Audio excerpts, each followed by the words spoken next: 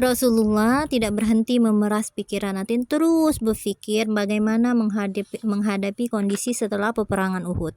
Karena orang Quraisy itu tidak memperoleh kemenangan yang mutlak, ya. Artinya tidak benar-benar menang mereka, ya.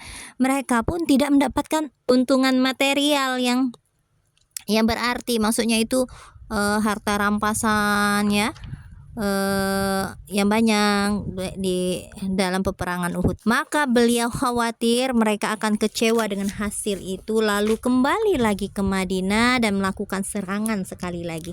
Maka dari itu Rasulullah bertekad mengusir pasukan Quraisy saat itu pula. Seperti yang dikatakan oleh pakar peperangan bahwa Rasulullah berseru di hadapan orang-orang dan menganjurkan mereka untuk mengejar musuh. Ini terjadi keesokan harinya setelah perang Uhud itu dikatakan selesai, ya, yaitu pada tanggal 8 Syawal. Kan masuk Madinah tadi ya, tanggal 7 kan. Nah, besoknya tanggal 8 mereka mencoba untuk mengejar pasukan Quraisy yang masuk ke Madinah. Takut-takut nanti akan mengadakan serangan yang baru.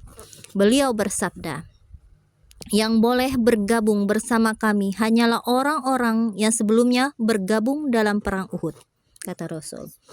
"Bagaimana jika aku ikut bersamamu?" tanya Abdullah bin Ubay. Nah, Abdullah bin Ubay ini kan orang munafik. Nah, tidak, jawab beliau. Banyak orang-orang muslim yang minta izin kepada Rasulullah karena ingin bergabung dalam perang Uhud tadi, ya. Orang-orang yang bergabung dalam perang Uhud itu banyak yang terluka. Maka Rasulullah pun mengizinkan orang-orang yang tadinya nggak ada dalam perang Uhud, ya, dibolehkan untuk ikut pada peperangan untuk mengusir orang Quraisy ini. Jabir bin Abdullah juga meminta izin seraya berkata, "Wahai Rasulullah, aku suka jika selalu dapat menyertai setiap kali engkau terjun ke peperangan," katanya gitu. "Kemarin aku tidak bisa ikut serta karena harus mewakili ayahku mengurus saudari-saudariku. Maka kali ini izinkanlah aku untuk bergabung bersama engkau," katanya. Kayak gitu, ya. Karena ada satu keperluan, ya, disuruh orang tuanya. Nah, maka Rasulullah akhirnya mengizinkan. Enggak, yang ini enggak ikut dia di perang Uhud kemarin, Dek. Karena ada urusan yang disuruh orang tuanya. Jadi kalau disuruh orang tua, ya, walaupun disuruh perang, itu lebih mendahulukan orang tua. Rasulullah pun bersama orang-orang muslim keluar dari Madinah hingga tiba di Hamraul Asad, sejauh 8 mil dari Madinah. Mereka bermarkas di sana. Selagi di sana muncullah Ma'bad bin Abu Ma'bad al-Khuzai yang di hadapan Rasulullah langsung masuk Islam. Tapi ada yang berpendapat bahwa dia masih dalam keadaan musyrik. Yang pasti dia memberikan nasihat dan berpihak kepada beliau. Apalagi ada perjanjian persahabatan antara Bani Khuza'ah dan Bani Hashim. Dia berkata, "Wahai Muhammad, demi Allah, kami orang-orang Quraisy merasa hebat karena bencana yang menimpa rekan-rekanmu. Namun aku tetap berharap Allah masih memberi afiat kepadamu," memberi kesehatan kepada Rasulullah. Maka Rasulullah pun menyuruh Ma'bad agar menyusul Abu Sufyan dan pasukannya serta melecehkannya. Ternyata apa yang dipikirkan beliau tentang niat pasukan Quraisy untuk melakukan serangan ke Madinah itu benar-benar akan dilaksanakan.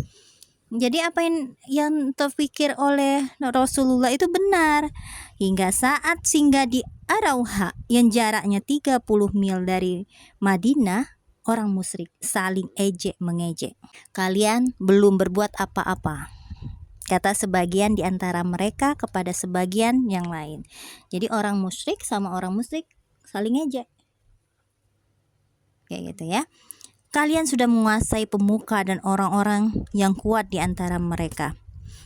Kemudian kalian meninggalkan mereka, sementara masih ada sebagian banyak kepala yang berhimpun lagi untuk menghadapi kalian. Maka kembalilah untuk mencabut hingga ke akar-akar mereka. Nah, maksudnya ini orang-orang yang sudah merasa menang itu sebenarnya kata orang musyrik yang lain, tidak, kalian itu belum berhasil, belum berbuat apa-apa, katanya kayak gitu ya. Nah, karena masih apa? Karena masih banyak orang yang akan menghadapi kalian, orang muslim yang akan menghadapi kalian. Katanya, pergilah kembali, tuntaskan, cabut dari akar-akarnya. Sebenarnya jalan pikiran ini hanya ada di maksudnya pemikiran orang musyrik itu hanya di luar saja, belum di dalam hatinya ingin pergi berperang lagi tuh enggak, kayak gitu ya, cuman sekedar ucapan saja ya. Karena dari orang-orang yang tidak bisa mengukur secara persis kekuatan di kedua belah pihak dan khususnya kekuatan spiritual mereka. Oleh karena itu, pemimpin yang ikut bertanggung jawab terhadap pasukan Quraisy adalah Safwan bin Umayyah. Nanti Safwan ini masuk Islam.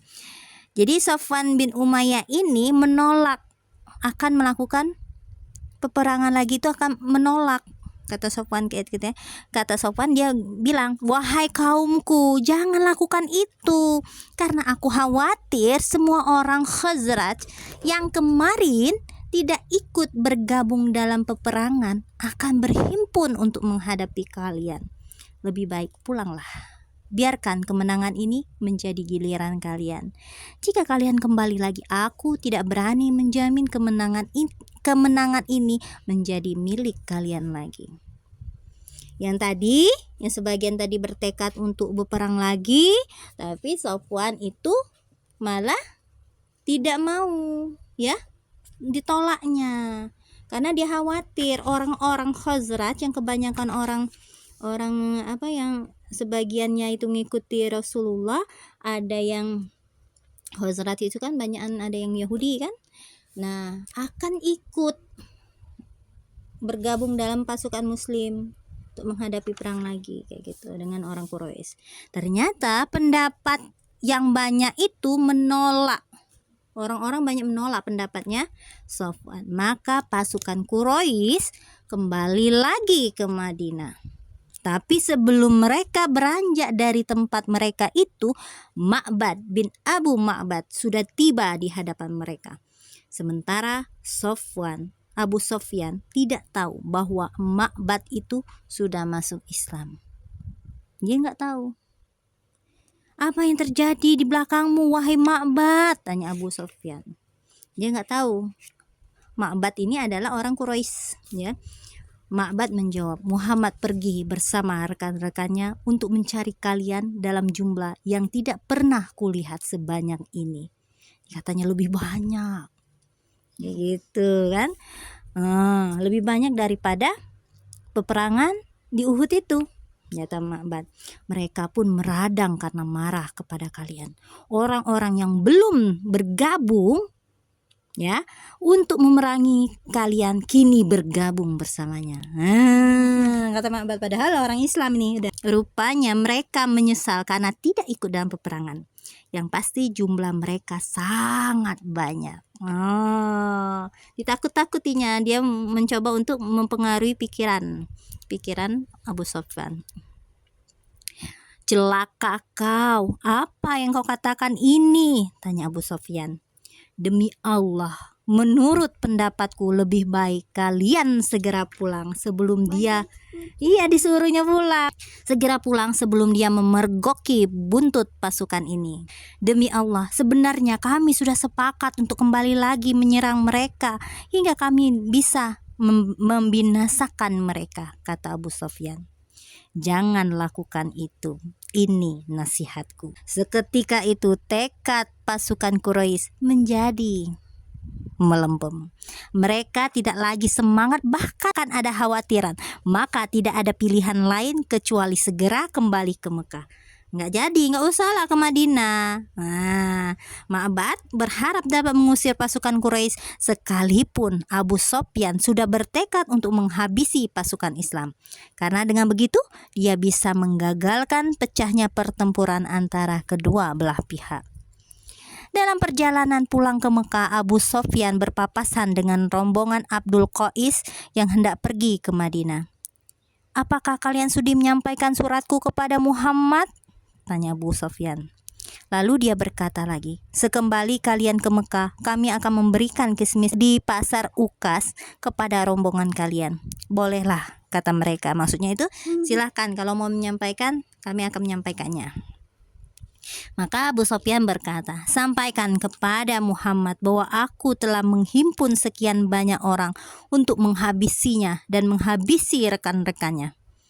Setelah bertemu dengan Rasulullah dan para sahabatnya masih ada di Hamraul Asad, rombongan Abdul Qais tadi menyampaikan pesan Abu Sofyan kepada Rasulullah dan berkata, "Sesungguhnya mereka telah berhimpun," maksud itu setelah telah menyatu ya untuk menghadapi kalian, maka waspadalah.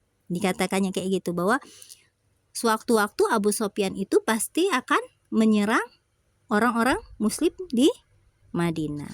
Tetapi justru pesan yang disampaikan oleh Abu Sofyan itu membuat mantap orang muslim. Maka dalam surat Ali Imran ayat 173 dan 174, "Wa qalu hasbunallahu wa ni'mal wakil fanqalabu bi ni'matin minallahi wa fadlin la yamsashum su'u wattaba'u ridwanallah wallahu dzufadlin azim." Mereka berkata, "Cukuplah Allah menjadi penolong dan Allah adalah sebaik-baik pelindung." Maka mereka kembali dengan nikmat dan karunia yang besar dari Allah. Mereka tidak mendapatkan bencana apa-apa. Mereka mengikuti keridhaan Allah dan Allah mempunyai karunia yang besar. Tuh ya. Jadi Rasulullah sebenarnya udah nggak mau juga, katanya siap aja kalau mau ada serangan dari pihak Quraisy tadi, ayo kayak gitu, karena Allah yang akan menjadi penolong. Cukuplah Allah menjadi penolong kami dan dia sebaik-baik pelindung ya. Itu Ma'bad tadi berhasil berarti ya mengelabui.